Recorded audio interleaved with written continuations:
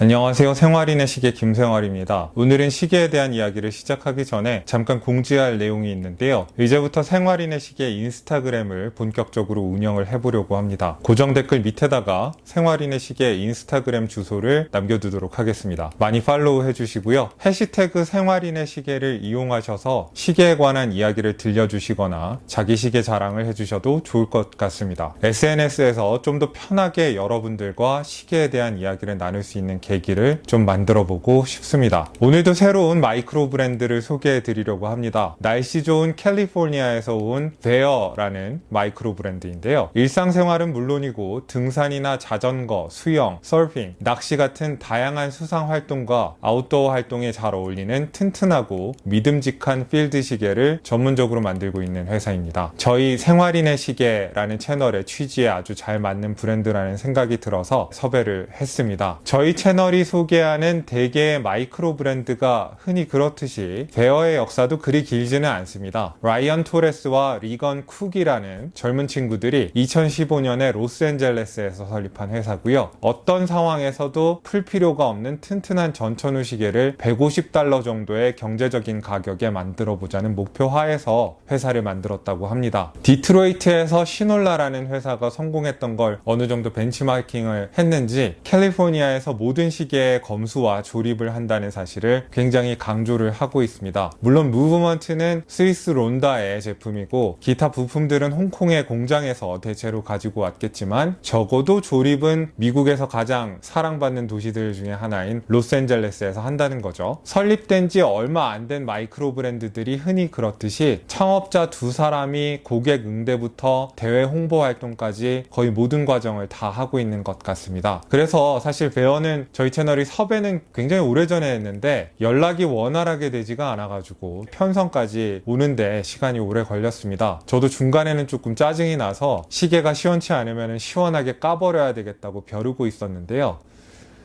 근데 시계는 생각보다 좋았습니다. 실제 전쟁의 역사에 어느 정도 바탕을 둔 디자인의 필드 시계를 좋아하시는 분들은 앞으로 이 베어를 눈여겨보셔야 할 것 같습니다. 요즘 시장에 나와 있는 대부분의 필드 시계들이 2차 대전 당시의 미군의 필드 시계였던 A11의 디자인에서 한국 전쟁의 A17 디자인 혹은 베트남전의 필드 시계였던 MIL-W-3818B 디자인으로 연결되는 계보에서 어딘가쯤 에서 다이얼 디자인을 취해오는 경향이 있는데요. 물론 이 디자인이 제일 잘 팔리는 디자인이니까 베어도 라인업 중에 같은 다이얼 디자인이 있긴 합니다만 오늘 소개해드릴 베어의 헤리티지 시계가 특이한 이유는 2차 대전 당시에 영국군의 필드 시계였던 WWW를 기반으로 다이얼을 제작했기 때문입니다. 1939년에 영국이 나치 독일을 상대로 전쟁을 선포하면서 영국 국방부는 장교들과 병사들에게 지급할 시계의 기준으로 WWW라는 규정을 마련합니다. 여기서 WWW란 시계를 뜻하는 와치, 손목을 뜻하는 리스트, 방수를 뜻하는 워터프루프의 줄임말입니다. 기본적인 방수 성능과 야광 기능을 갖추고 정확도 높은 무브먼트를 사용할 것 등을 규정한 이 영국 국방부의 기준에 따라서 엄청나게 많은 시계가 한꺼번에 제작될 필요가 있었는데 영국 국방부는 자국의 시계 회사들은 물론이고 중립국 스위스의 시계 회사들까지 총 동원해서 총 12개의 시계 회사에다가 시계 제작을 의뢰를 합니다. 이 12개의 시계 회사들 중에는 여러분들이 잘 아시는 론진이라든지 오메가라든지 IWC라든지 예거 르클트르 같은 회사들도 포함되어 있었습니다. 미군의 A11이나 독일군의 플리거에 비해서 영국군의 WWW는 일반인들한테 상대적으로 주목을 덜 받는 경향이 있습니다만 빈티지 전쟁시계 수집가들한테는 이 WWW란 아쉬움과 동경, 한탄의 대상이기도 합니다. 더티 더즌이라는 별명을 가지고 있는 12개 회사의 시계를 다 모으는 게 더럽게 어렵기 때문인데요. 그 이유는 첫 번째로 WWW의 야광을 담당하는 방사능 물질에 대한 공포 때문에 이 시계들은 70년대 초에 많이 파괴가 됐습니다. 그래서 현재까지 전해지는 시계의 숫자 자체가 다른 2차 대전에 사용됐던 시계들에 비해서 많지가 않습니다. 둘째로 2차 대전 당시에 12개의 다른 시계 회사들이 WWW를 WW 시계를 제작을 했는데 어떤 회사의 제품들은 정말 소규모로 생산되어서 구하기가 정말 힘듭니다. 특히 그라나라는 회사의 제품은 당시에 1000여 개 정도밖에 생산이 되지 않았기 때문에 매물 자체가 매우 희귀합니다. 설사 어딘가에 매물이 나와 있다고 해도 가격이 굉장히 비싸고요. 이 때문에 안타깝게도 많은 이들의 빈티지 WWW 컬렉션이 10개에서 11개 사이에서 끝나는 경우가 많습니다. 전 세계에서 WWW의 12가지 변형을 다 모은 사람은 20명 안쪽일 거라는 예측도 있습니다. 어쨌든 베어의 헤리티지 모델은 바로 이 WWW의 다이얼과 시분침 조합을 채택했지만 자기네들이 사용하는 론다사의 쿼츠 무브먼트가 스몰 세컨즈를 지원하지 않아서 초침을 대바늘로 만들어서 가운데로 옮기는 변형을 가한 그런 디자인의 시계입니다. WWW의 완벽한 1:1 재현이 아니라서 조금은 아쉽긴 한데 그래도 이 다이얼은 헤리티지 시계에 충분한 독특함을 부여해 주는 것 같습니다. 스몰 세컨즈가 들어간 좀 더 정확한 WWW의 다이얼은 곧 출시할 오토매틱 버전의 필드 시계에다가 넣는다고 하니까 WWW 디자인과 완전히 일치하는 필드 시계를 원하시는 분들은 조금은 더 기다리셔야 할 것 같습니다. 베어의 오토매틱 시계 출시 관련 정보는 고정 댓글에다 남겨놓도록 하겠습니다. 헤리티지 모델의 유니크한 다이얼 말고도 필드 시계 팬들에게 호소할 만한 매력적인 요소는 또 있습니다. 타임엑스와 해밀턴 같은 경쟁사들에 비해서 베어의 시계에는 뚜렷한 장점이 있기 때문인데요. 예컨대 타임엑스의 쿼츠 필드 시계들은 저렴하긴 하지만은 시끄러운 초침 소리가 악명이 높죠. 그리고 대체로 타임엑스의 시계들은 좋은 소재를 썼다거나 튼튼하게 만들어졌다고는 말하기 힘든 시계들입니다. 특히 타임엑스의 용두 움직임은 중국 시계를 포함해서 제가 최근에 경험한 시계들 중에서 거의 최악이라고 해야 할 것 같습니다. 반면 해밀턴의 필드 시계들은 얇고 예쁘긴 한데 방수 성능이 대개 50m 수준에 머무르고 있기 때문에 물과 관련된 활동이 망설여지는 면이 있고 너무 얇게만 만드는데 집중하느라 그리 튼튼하게 못 만들었다는 의혹이 있습니다. 게다가 가격도 좀 비싸기도 하고요. 딱 타임엑스와 해밀턴 사이에 위치한 가격에서 이 두 회사들보다 탄탄하고 튼튼하게 만들어진 쿼츠 필드 시계를 제공하는 회사가 오늘 소개드릴 베어라는 마이크로 브랜드입니다. 이 상대적 강점은 반대로 이야기하면 약점이기도 할 것 같은데요. 쿼츠 주제에 타임엑스처럼 확 싸지도 않고 해밀턴처럼 아주 예쁘지도 않아서 아이고 애매하다 라고 생각하실 분들도 있을지 모르겠습니다. 저는 여러분들한테 정보를 드리고 싶지 판단을 대신 내려드리고 싶지는 않습니다. 시계 모으는 재미 중에 하나가 다양한 옵션들을 종합적으로 고려하면서 나한테 맞는 시계를 찾는 건데 그 즐거움을 여러분들로부터 뺏고 싶지가 않습니다. 테이블로 자리를 옮겨서 이 시계를 좀 더 면밀하게 보여드리도록 하겠습니다. 판단은 여러분께 맡깁니다. 네, 지금 제 앞에 나와 있는 이 시계가 베어사의 헤리티지라는 모델입니다. 케이스의 지름은 40mm고요. 러그 투 러그의 길이는 48mm입니다. 38mm의 케이스 사이즈를 가지고 있는 해밀턴 시계랑 비교를 해보시면 다이얼은 확실히 베어가 더 크죠. 하지만은 러그 투 러그의 길이는 두 시계가 똑같다는 것을 확인하실 수 있습니다. 두께는 100m 방수 성능을 가진 시계치고는 얇게 잘 나왔습니다. 9mm고요. 러그의 너비는 20mm인데 타임엑스나 해밀턴 같은 흔한 필드 시계들이랑 시계줄을 호환할 수 있을 만한 보편적인 사이즈를 채택을 하고 있습니다. 316L 스테인레스 스틸 케이스인데요. 보통 해밀턴 시계처럼 대부분의 필드 시계들이 샌드블라스트로 케이스 마감을 한 경우가 많잖아요. 하지만은 베어의 케이스는 주로 브러쉬 처리가 되어 있는 게 특이한 점이라고 할 수가 있습니다. 유리를 감싸는 듯한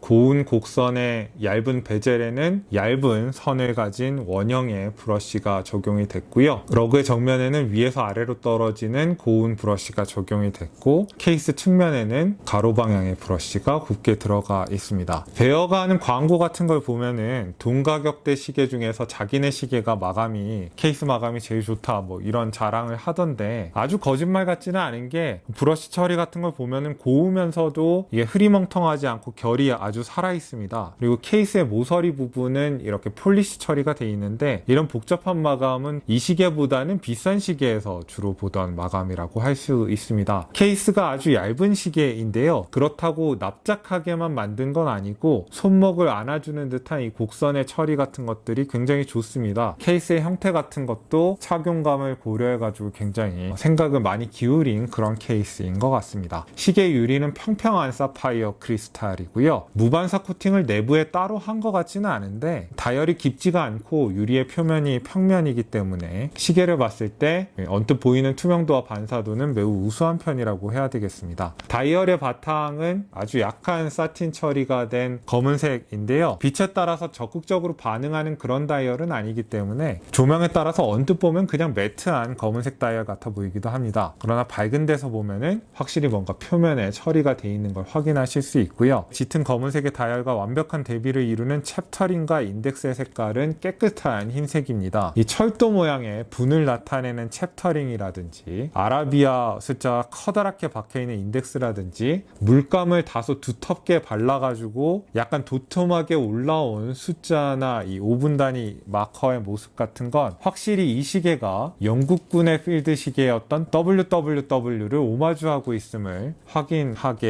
해줍니다. 숫자의 폰트는 예쁘고 아기자기한 폰트를 쓰려고 하기보다는 가장 가독성이 높은 폰트를 쓰려고 했던 흔적이 역력하게 보입니다. 제가 본 어떤 필드 시계랑 비교를 해도 체감상 크고 잘 보이는 숫자 인덱스인 것 같습니다. 예컨대 해밀턴의 인덱스랑 비교를 해보면은 해밀턴도 굉장히 크고 분명한 숫자 인덱스이긴 하지만은 베어의 인덱스가 더 크고 선명하다는 걸 확인하실 수가 있죠. 시분침의 모양을 보시면은 WWW의 12종의 시계들 중에서 특히나 구하기 힘든 그라나의 버전을 많이 참고한 흔적이 보입니다. 이 12종의 시계들 중에서 가장 반듯하고 단정하게 생긴 시분침을 가진 게 그라나인데 그걸 참고해서 가져다 쓴 것 같아요. 마이크로 브랜드라서 무브먼트를 다양하게 수급하기 힘들어서 그런 건지 스몰 세컨즈 무브먼트를 따로 계약을 하지 않고 베어사의 다른 필드식이랑 똑같은 기본 3엔즈 무브먼트, 그러니까 다이얼 중앙에 시분 초침이 다 있는 이 무브먼트를 사용을 했어요. 그래서 초침을 원작처럼 이 서브 다이얼의 스몰 세컨즈로 하지 않고 가운데 빨간색 화살표 모양 대바늘로 표현한 건 좀 아쉽긴 합니다. 그러나 뭐 원작은 수동 무브먼트였으니까 쿼츠 무브먼트의 이 시계는 어차피 원작에서 많이 벗어난 거긴 하고 WWW에 대한 현대적인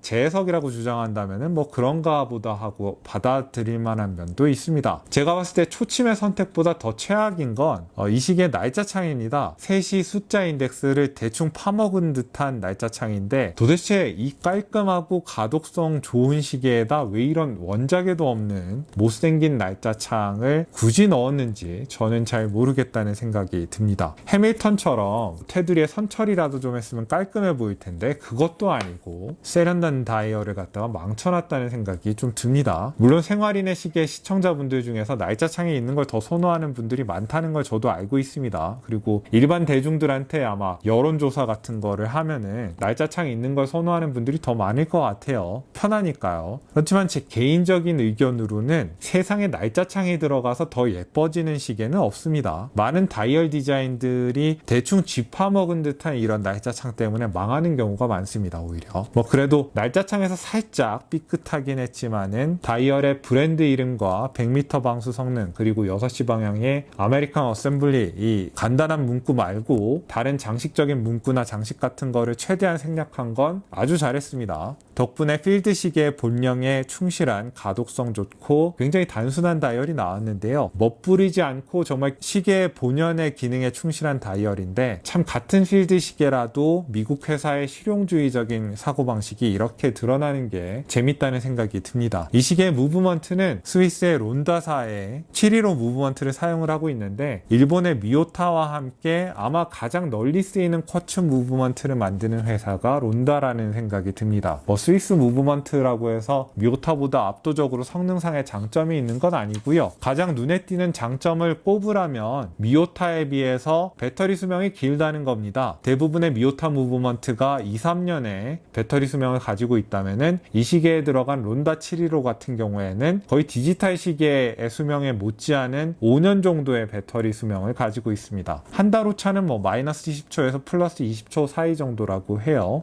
용두가 이 시계에서 최고라고 할 수 있는 부분인데 쿼츠라고 말도 안 되게 용두를 작게 만드는 회사들 있잖아요. 그런데 베어는 개념 있게 적당한 크기로 용두를 잘 달았고 엣지 처리도 잡기 좋게 진짜 잘 돼 있어요. 날카롭지도 않고 너무 미끌미끌한 나지도 않고, 용두의 정면에 이 베어라는 음각의 로고 처리 같은 것도 좋고요. 가장 뛰어난 부분은 이 용두 나사를 풀고 잠글 때 버터를 바르는 듯한 그런 부드러운 느낌인데요. 베어가 이런 걸 보면은 좋은 케이스를 만들기 위해서 엄청나게 연구를 많이 했구나라는 걸 느낄 수 있는 것 같아요.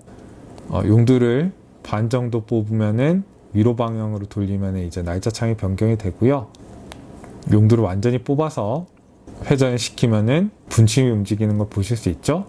분침이 움직이는 속도는 굉장히 시원시원하고요. 시간에 다 맞췄을 때는 누르는 힘을 가하면서 위방향으로 돌려주면 되는데, 딸깍 소리가 나면은 용두 나사에 이 용두가 걸리기 시작한 거니까 거기서부터 누르는 힘을 더 가하지 않으셔도 됩니다. 케이스백도 정말 튼튼하고 꽉 차인 것처럼 보이는 납작한 바닥에 착 붙는 그런 케이스백인데 스크루다운 형태고요. 원형의 고운 브러쉬가 들어있고 베어와 주요 스펙들이 굉장히 얕은 음각으로 이렇게 새겨져 있는 것을 보실 수 있습니다. 심미적으로 뛰어난 케이스백이라고 할 수는 없지만은 제 기능을 하는 얇은 케이스백이라고 할 수가 있겠네요. 초침 소리가 크냐 작냐에 따라서 걱정을 하시는 분들이 있는데, 이 시계의 초침 소리는 그냥 일반적입니다. 일반적인 쿼츠 손목시계의 초침 소리라고 생각하시면 돼요. 타이맥스처럼 유난히 시끄럽다거나 그런 건 아니고, 그리고 초침이 이 60분 마커를 돌아가면서 정확하게 이렇게 일치하는지 그런 걸 궁금해 하시는 분들이 있는데, 초침이 마커를 정확히 찍는지 안 찍는지는 제가 비싼 쿼츠 시계도 몇 개 사봤는데 비싸고 싸고랑 별 상관이 없는 것 같습니다. 그리고 전체적인 마감의 수준이랑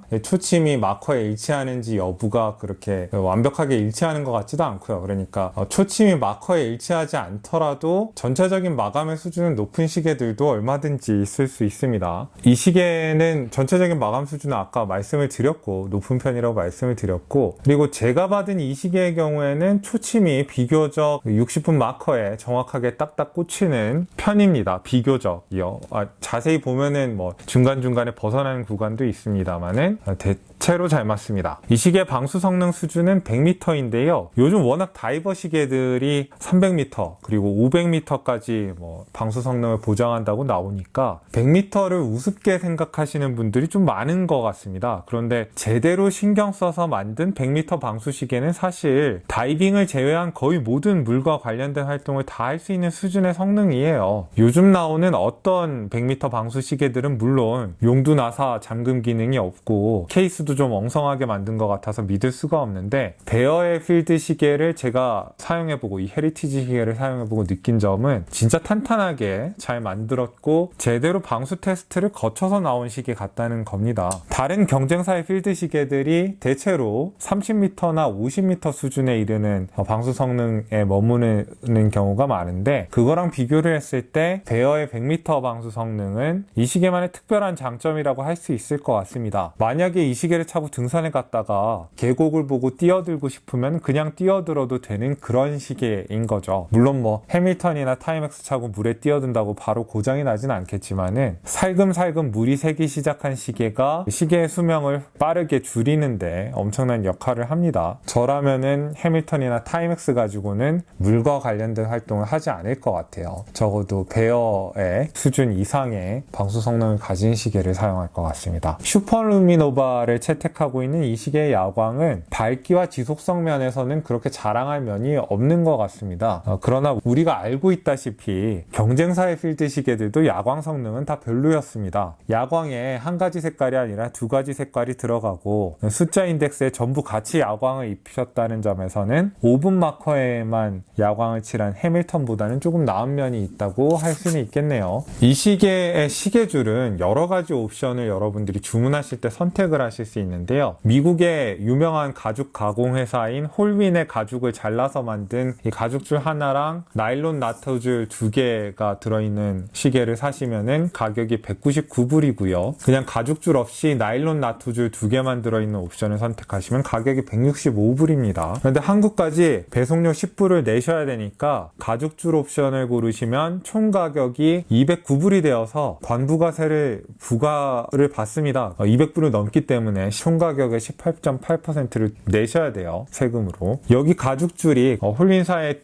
두꺼운 통가죽을 사용해서 보기에도 멋있고 착용감이 좋은 건 사실인데 이거는 제대로 가공이 된 시계줄이 아니라 시계줄 가공의 상태는 굉장히 원시적이라고 해야 될 것 같아요. 이건 솔직히 말해서 그냥 시계줄 모양대로 자른 통가죽입니다. 보통 우리가 아는 시계줄들은 안에 패드 같은 걸 넣고 가죽을 두 겹으로 붙여서 바느질을 하는데 이건 그냥 한 겹의 통가죽이에요. 안에 아무것도 안 들어있어서 흐물흐물하고 가죽 품질 자체는 괜찮다지만은 바느질의 상태나 커팅의 상태, 가죽을 붙인 상태 같은 거는 굉장히 투박합니다. 제 생각에는 이 정도 가죽줄을 얻기 위해서 굳이 전체 가격의 18.8% 정도에 달하는 관세와 부가세를 따로 내시기보다는 이 나일론 줄만 주는 165불짜리 옵션을 혜택하셔서 관부가세를 면제를 받으시고 거기서 아낀 돈으로 가죽줄을 한국에서 따로 구매하시는 걸 돈을 아끼는 길로 저는 추천을 하고 싶습니다. 제가 받은 줄은 홀윈사의 투피스 가죽줄이랑 검은색 빨간색의 나토줄 세 가지인데요.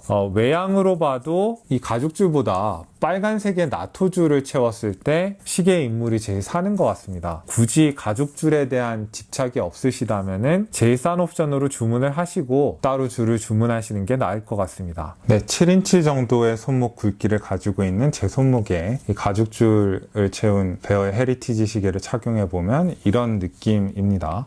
케이스가 굉장히 얇고 그리고 가죽줄은 굉장히 부드러워서 착용감은 가볍고 편안합니다. 네, 이 가죽줄을 관부가세가 면제가 된다면은 이 가죽줄을 뭐 주문 30불 더 주고 주문해도 괜찮을 것 같긴 한데 18.8% 관부가세를 낼 정도로 가치 있는 가죽줄은 아니라는 게 제 요점이었습니다. 전반적으로 케이스 디자인이 굉장히 편안하게 착용감 좋게 잘 돼 있어요. 기도 하고 그래서 여름이 오고 있으니까 험하게 차도 되는 G샷 같은 튼튼한 우레탄 시계를 추천해 달라는 분들이 굉장히 많았어요. 그런 문의에 대한 우회적인 답변을 이 시계로 대신을 하고자 합니다. 저만 그런지 모르겠는데 튼튼한 우레탄 시계는 좀 뻔한 감이 있잖아요. 야외 활동하실 때 나일론 줄에 혹은 뭐 가죽 줄에 필드 시계를 차고 다니시면은 우레탄 시계보다 훨씬 멋쟁이 같아 보일 거라는 게 제 생각입니다. G샷 수준의 극한 의 튼튼함은 아니지만은 인간이 할 수 있는 대부분의 활동을 같이 하는 데는 전혀 문제가 없는 튼튼한 시계입니다. 저도 자전거 타고 이렇게 주변을 다닐 때 이 시계를 착용하고 있는데 탈 때마다 굉장히 탄탄하게 잘 만든 시계라는 데 대해서 감탄을 하고 있어요. 그리고 특히 필드 시계 팬들 중에서 원칙에 충실한 디자인이면서도 좀 더 튼튼한 시계, 해밀턴이나 타임엑스보다 튼튼한 시계를 찾고 있는 분들한테는 확실히 호소력이 있는 시계라고 저는 생각을 합니다. 마지막으로 야외 착용샷을 보내드리고 오늘 방송을 마치도록 하겠습니다.